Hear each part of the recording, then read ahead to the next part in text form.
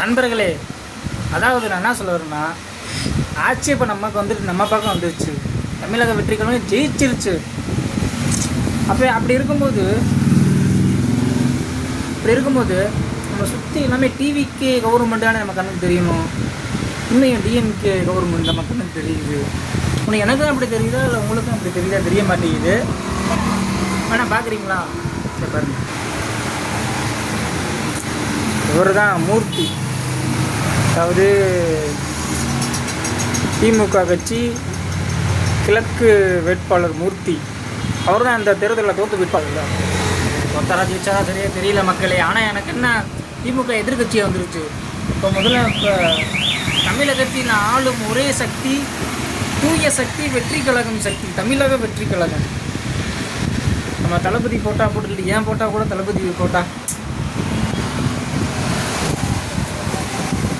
விஜய் எல்லா பேத்துக்கும் எல்லாமே நல்லா இருக்கும், நல்லா இருக்க போகிறோம். நீ வர வருடங்கள் பூரா எல்லா பேரும் நல்லா இருக்க போகிறோம்.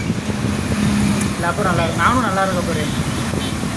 இனிமேல் தான் ஆட்டமே ஆரம்பிக்க போகுது, தமிழக வெற்றி கழகத்தோட ஆட்டம்.